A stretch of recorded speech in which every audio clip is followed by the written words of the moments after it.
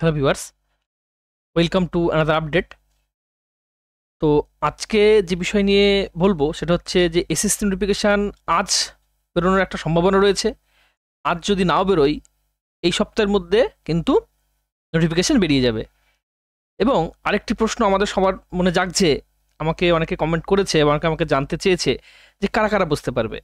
গতকাল একটি ভিডিওতে আমি জানিয়েছিলাম বা দেখিয়েছিলাম যে ফিরদৌস সামিম বাবু কী বলছিলেন, এবং আজকে আরেকটি আমি ইনফরমেশন তোমাদের সঙ্গে শেয়ার করছি। তো চলো বেশি কথা না বলে আমরা ইনফরমেশানে চলে যাই। তো কালকে এই বিজ্ঞপ্তিটা আমরা দেখেছি, তো এই বিজ্ঞপ্তিটাতে কী বলেছে আমরা একটু দেখে নেবো, তারপরে আর কি বলেছে আমরা দেখে নেবো। ভিডিওটি স্কিপ না করে প্রথম থেকে শেষ পর্যন্ত দেখবে, তাহলে তোমাদের সমস্ত প্রশ্নের উত্তর তোমরা পেয়ে যাবে। খুব দ্রুত 25,752 শিক্ষক ও শিক্ষাকর্মী নিয়োগের বিজ্ঞপ্তি জারি করবে স্কুল সার্ভিস কমিশন। সম্ভবত সোমবার অর্থাৎ আজ এই বিজ্ঞপ্তি জারি হতে পারে। আজকে যদি না হয় এই সপ্তাহের মধ্যে কিন্তু বিজ্ঞপ্তি জারি হয়ে যাবে। শনিবারও কমিশনের চেয়ারম্যান সিদ্ধার্থ মজুমদার দপ্তরের কর্তা ও আইনজীবীদের সঙ্গে দফায় দফায় বৈঠক করেন। সুপ্রিম কোর্টের নির্দেশ অনুযায়ী চাকরিহারাদের বয়সে ছাড় দেওয়ার সিদ্ধান্ত হলেও শুধুমাত্র 2016 সালে যারা পরীক্ষা দিয়েছিলেন তারাই এবার পরীক্ষায় বসতে পারবেন, নাকি নতুন প্রার্থীদেরও সুযোগ দেওয়া যাবে তা নিয়ে এখনও সংশয়ে এসএসসির কর্তারা।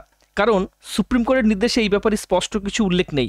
তাই এই ব্যাপারে ব্যাখ্যা চাইতে স্কুল সার্ভিস কমিশন সুপ্রিম কোর্টে আবেদন জানাতে পারে। তবে মুখ্যমন্ত্রী মমতা বন্দ্যোপাধ্যায় ইতিমধ্যে দ্রুত নিয়োগের বার্তা দিয়েছেন, তাই নিয়োগ প্রক্রিয়া শুরু নিয়ে দেরি করতে চাইছে না কমিশন। নবান্ন সূত্রে জানা গিয়েছে ইতিমধ্যেই শিক্ষা দপ্তরের কর্তাদের সঙ্গে বৈঠক করেছেন মুখ্যমন্ত্রী মুখ্য সচিব মনোজ পান্ত। প্রায় 26,000 শিক্ষক ও শিক্ষাকর্মীর চাকরি যাওয়ার ঘটনায় রাজ্য সরকার যে চরম বিব্রত তা বৃহস্পতিবার সাংবাদিক বৈঠকে মুখ্যমন্ত্রীর কথাটি স্পষ্ট হয়ে গিয়েছে। সেই কারণে তড়িঘড়ি চাকরিহারাদের সঙ্গে বৈঠকের সিদ্ধান্ত নিয়েছেন তিনি।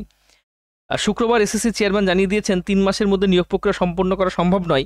কমিশনের এই মনোভাবে ক্ষুব্ধ মুখ্যমন্ত্রী, তার বার্তা শিক্ষামন্ত্রী ব্রাত্য বসু মারফত কমিশনের চেয়ারম্যানের কাছে পৌঁছেছে দেওয়া হয়েছে। এরপরই নিয়োগ প্রক্রিয়া শুরু নিয়ে শনিবার দফায় দফায় স্কুল সার্ভিস কমিশনে বৈঠক হয়।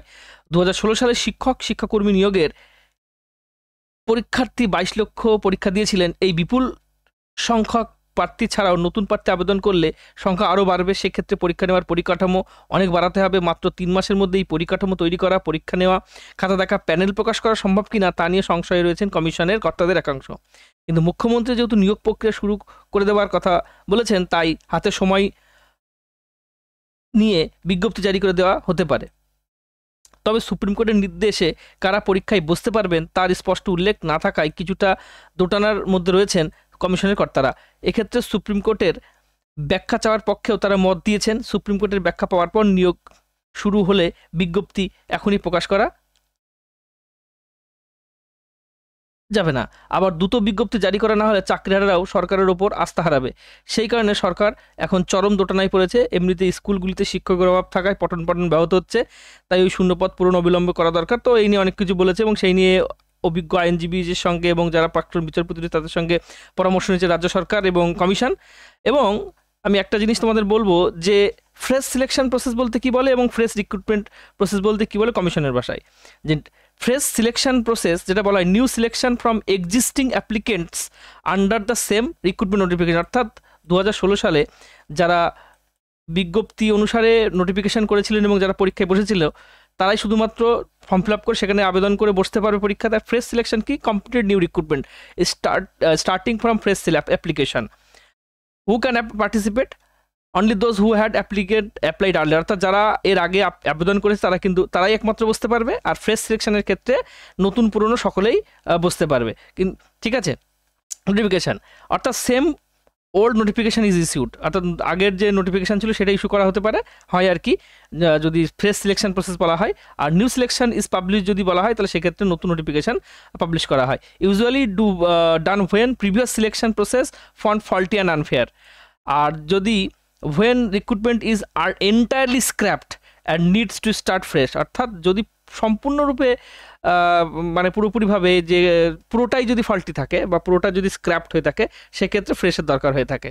ঠিক আছে, এখানে তো কিছু মানে পুরোপুরিভাবে বলা যাচ্ছে না যে সম্পূর্ণ দুর্নীতি না দুর্নীতি নয়, যেহেতু যোগ্য এবং অযোগ্যদের বাছা যায়নি সেই কারণের জন্যই কিন্তু এই রায়টি এসেছে বা সুপ্রিম কোর্টের যে জাজমেন্ট কপি সেখানে কিন্তু এই ফ্রেশ সিলেকশন প্রসেস কিন্তু মেনশন করা আছে।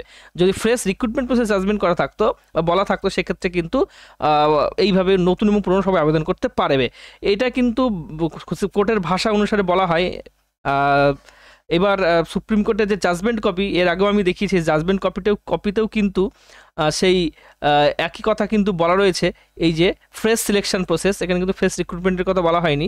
তো এই নিয়েই কিন্তু দ্বন্দ্ব চলছে কমিশনের অফিসে বা কমিশনের কর্মকর্তাদের মধ্যে। এই বিষয়টা কমপ্লিট হয়ে গেলে বা ক্লিয়ার হয়ে গেলেই কিন্তু বিজ্ঞপ্তি চলে আসতে পারে, আজ আগামীকাল বা এই সপ্তাহের মধ্যে হয়তো চলে আসার সম্ভাবনা রয়েছে। তো যদি কোনো তোমাদের জিজ্ঞাসা থাকে অবশ্যই কমেন্ট বক্সে কমেন্ট করবে, লাইক করবে, ভিডিওটি শেয়ার করবে। ধন্যবাদ সবাইকে।